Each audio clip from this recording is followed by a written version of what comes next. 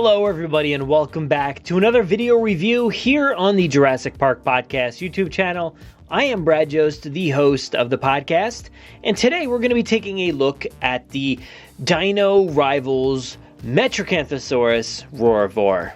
So I'm going to start off by saying I did not get the original Metriacanthosaurus that was initially released. I wasn't a big fan. I didn't like the paint job, and I just didn't really like the sculpt overall. I thought it kind of looked a little goofy, especially with that paint job. I initially did see this one at New York Toy Fair in 2019, and yes, this is what it looked like. And I remember standing there at Mattel's toy booth thinking, oh no, not again. We got this Metriacanthosaurus again that I just didn't like the first time, and then it's in this paint job that I just didn't like. There was something about it in that setting. Maybe it was mixed with all the other dinosaurs that I also didn't really appreciate at the time. I wasn't really blown away by the offerings for this upcoming Dino Rivals line, which we do have here now. And we'll take a look at the other offerings on the back as well. But I just wasn't into it. But I will say, the second this thing hit the shelves, in this packaging, my mind completely changed. Maybe it's mostly due to the fact that it pretty much resembles the packaging. And I do love the packaging. Maybe I needed some time to wrap my head around that, or maybe it just looks stellar inside the packaging. I don't really know, but all I know is that I like this thing, and I really am glad that I have it now. I really want to get into this review, so let's take a look at the box itself. As always, you have the Dino Rivals look, basically the exact same thing you see down here, and the color scheme on this dinosaur is exactly the same. I love it. You have the Jurassic World logo. You have an image here of the action for the Metriacanthosaurus because this is a roarivore, so when you press this button, you get the roar and you get the mouth movement.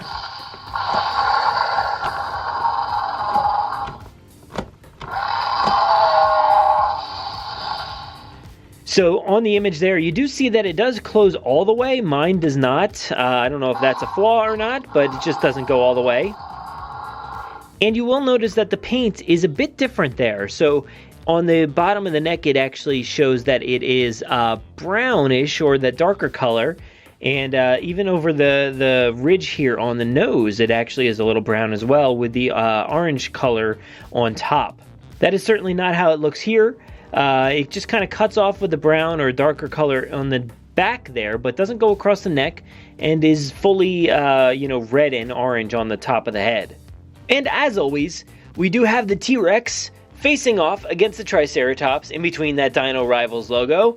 And as always, you got Mr. Owen Grady down here, the man himself on every package. There he is, wondering, what am I doing on this package? Did you just ask me what I'm doing here? Well, let me tell you something. I don't know, but in the meantime, I was shown something from Dr. Henry Wu that you guys are not gonna wanna miss. It's an Ankylosaurus. It's a hybrid, and it looks real good. Let me tell you, it's red, and it's got brown on its back. That thing looks spectacular. I hear Dr. Wu's making it right now. Actually, I heard it's already made. But you know what? Wait, what? I'm getting a page here from Dr. Wu. He says, sorry, Owen, not making it. Not making that red Allosaurus. Sorry to disappoint you. I knew you were really excited about it. What? Come on, man. I really wanted to see that one. It looked so good. It's way better than that tan and blue one. It's way better than that original one you made. What happened? I love that paint scheme. What'd you just tell me? Oh, there's a Metriacanthosaurus behind me? Oh, hold on, let me get a look. Nope, not as good as that. Not as good as that Allosaurus. Yeah, Owen's kind of got a point. I will say, like I just said, this is awesome. I love this thing in the coloring, but it did take away from the coloring that I was really looking forward to. I know we've talked about it a bit before here, but that Allosaurus was incredible looking with that paint job. This paint job was lifted straight from that figure, and I think it looks better on that figure, even though I do really appreciate it on this one. I don't know that we'll see that figure now because of this one. We know that one was canceled and all that, but I don't think we'll ever see this paint job on that figure ever again, and I'm a little sad about that, to be honest. But here we do have it on the Metriacanthosaurus, and I do appreciate it, like I said. Let's go ahead and take a look at the back of this item, because there's some other stuff on here that I find interesting as well. Alright, so here on the back you can see the action in motion. You got the button pressing on the back, you get the Roarivore sound effect up here with the chomping action. And this, of course, is a Jurassic World Facts App dinosaur, so make sure to scan that foot to add it to your collection. This also does come with the collector's card, and this is interesting. It's kind of like a mid-range one. We'll take a look at that closer later on, if I can remember. We'll see. But I like that on the bottom here, you got to look at all the other Roarivore dinosaurs that are included in this collection here. So we have already opened up the Baryonyx, which I do appreciate, even though that's another one of those that I just didn't really like in person. Back at New York Toy Fair, we saw all of these. I also saw the Ceratosaurus down there, which I also didn't like the paint job on that one. But I did buy it. My mind slightly changed, maybe. I'm still not sure on that one. And then there is the Ankylosaurus, which I haven't even opened up the original one yet. Maybe you'll get that review, hopefully. But this one I have not picked up. I don't know. I don't know why. I don't know. No, I have no answer for that. And on this side, you do have that interesting T-Rex render that is used all over the place, and the Jurassic World logo. So what do you say we go ahead and open this thing up?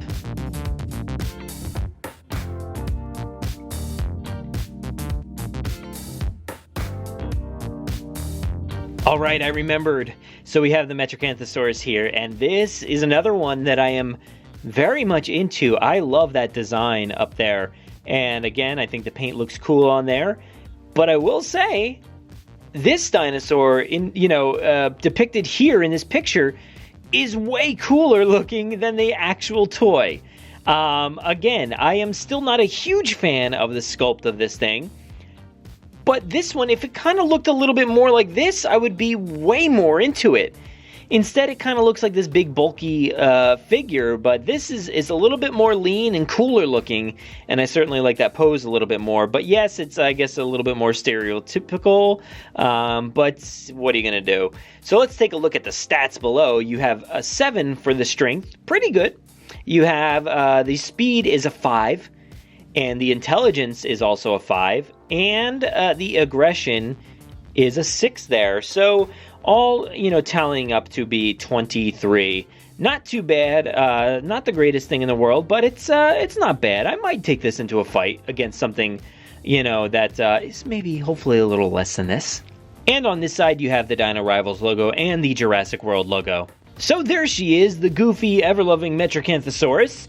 I am loving how it looks from up top here. I think this curve that it has going on, which you're not really getting from that perspective, but the way the head is positioned to the back and then down to the base of the tail is actually pretty cool. But there's something about this pose that really kind of irks me a little bit. I appreciate it that it's different than a lot of the other dinosaurs that we have. It's kind of taking a different approach than a lot of them. But like I said with the collector's card looked way cooler than this dinosaur itself. And it actually, I think it takes it down a notch because I just saw that collector's card. You remember how kindly I was speaking about this before? Well, it definitely took it down a notch for me. I said in the beginning I didn't really like the sculpt on the original one, and this is exactly the same as far as I know. And it's okay. It's definitely a kind of a bulkier looking dinosaur for me, even though it is on the smaller scale as far as carnivores go. But it just has this bulky look to it that I'm not too in love with. The sculpt itself has a lot going on that's kind of hidden under this paint job. So maybe that's part of the problem, but all the raised, skin pattern there and everything going on is kind of hidden. in this paint job, and it just kind of disappears on the tail and the head up here. You don't really see a lot of what's going on in there. I don't know if it's because of the red and the orange or the darker color on the back, but something about it just doesn't make it stand out. Even the leg, it looks pretty cool. It looks kind of muscular in there. I'm appreciating the look of that thing. The eye cavity just kind of makes it look a little goofy to me. Maybe it's because the eye is so small in such a big area with such defined features, but something about that makes it extra goofy. And of course, the fact that this jaw is so far down, I think does certainly not help how goofy it tends to look. So if maybe it was in here, it wouldn't look nearly as goofy, or even closed. Like, to be honest, that kind of looks a lot better just closed, but I don't have the ability to do that with one hand here. Sometimes you can kind of like pry them or just push them and they'll close like that, but not with this one. So yeah, I kind of like that a little bit better. And yeah, I don't know, there's not a ton to say about this thing sculpt wise. You can see the ribs a lot more on this end, but yeah, coloring, oof, there's a lot of overspray or whatever is going on down here on the nails. At least the nails are painted, but you don't have anything on the claws up there on the arms. So that's, you know, a notch down, of course, but typical with most of the dinosaurs, I believe. So something I'm finding kind of interesting here is, let me see if it's the same. So on this side, you'll notice that, maybe you'll notice that the paint on the top here is orange, and it certainly is orange there. And then on the mouth, you have the more pink color for the inside of that mouth area there. So when I turned it over here, something I noticed pretty quickly is the head goes from this orange color to a little bit of a pink area. So it kind of matches that same that is on the inside of the mouth. So that's pretty interesting. I don't know if this is just mine or some sort of, you know, weird error, or if it's supposed to be like that. I don't know. That's kind of a weird choice, but let's go ahead and take a look at the actual movement of this thing. So I'm going to pick it up and get a little bit closer for you guys. So the arms actually move, you know, up and down and around. The legs move in and out and around as well, all the way around it seems. But let me try this in a different pose, because maybe that's the problem. It's just, that's about as tall as you can get this thing because of the tail. So yeah, that's not, and it's not standing. There we go. That doesn't really help. I think it helps a tiny bit. Maybe I'm trying to like get a look at it in the camera and in person. I guess it helps. But it's certainly, I guess it's certainly better than this pose for me. That's just a little too low. But I guess this one looks a little bit better. But that's as far as you can get because of the tail, because the tail's kind of holding it back. From the front there, you got to look. Okay. And then from this side. But still, it's still kind of like a bulky dinosaur. And I think it just looks a little weird with this pose and everything. So that's the positioning on the legs. The tail doesn't do anything there. And of course, you know, the mouth moves because of the action. We'll get to that in a little bit as well. But yeah, that's about it for the posability. Now, let me actually go ahead and just run through the sound effects real quick so we can hear what it sounds like.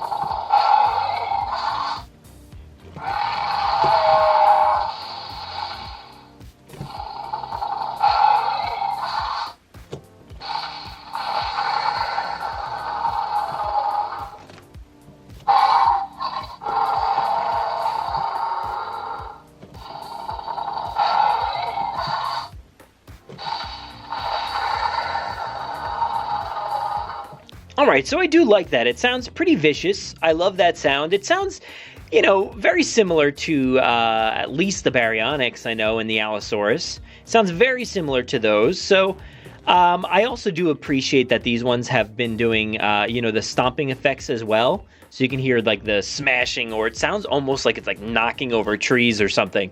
But I appreciate that with these Roarivores. The thing that I don't really appreciate is how little the jaw moves. So, you know, it's so wide to begin with, but then it just stops there. It doesn't go any farther than that. So that's kind of disappointing. I wish it went a little bit farther. You know, there is a bit of play in the jaw. Oh, there we go. I am holding it down, but that is kind of cool. That looks a little bit better to me. I kind of like that a little bit when it is in that hunched position. Huh. Interesting. Certainly better than that. Oh gosh, that is a jaw. That's a jaw right there. Might be a little difficult to see there, but you can kind of tell the difference in the paint. You know, the top part actually looks a bit more yellow in this lighting here, and then the bottom part actually looks a bit more pink. But yeah. All right, so let's go ahead and compare it to some other things here. So you have the Coelosaurus over there, one that I recently reviewed. You got him there next to John Hammond himself, motorcycle and all. These came in a package, guys. This is a package. I bought this together. It was like John Hammond and motorcycle. It was obviously, it's a scene. It's like literally a scene from the. You know, do you remember it was in the movie and it was in the movie with John and the you know, the motorcycle when they were, you know, they were going real fast. They were going so fast. They were going so fast. Like, honestly, it was very fast. John was on the motorcycle with the headlight, and he was going, you know, the wheels and everything. He was going very fast, real fast through the jungle, the streets of New York. He was going real fast with the dinosaur. He was going very fast, guys. Let me tell you, John Hammond, that scene, loved it. It was such a good scene. Loved it. Yeah. So good. John Hammond on his motorcycle, of course, next to the Roarivore with the Metriacanthosaurus back there. So, of course, I brought this one out because, I mean, you got it, right? I mean, it's because it's a smaller dinosaur and I wanted to compare it against the bigger dinosaur. Had nothing to do with the fact that the paint job was the same. But yeah, I do like the Roarivore in this color more than the other color. So it kind of works, you know. There's no other similarities really to them. That's, you know, that's about it. Obviously they differentiate very differently in the color scheme. This one does not have the orange on the head.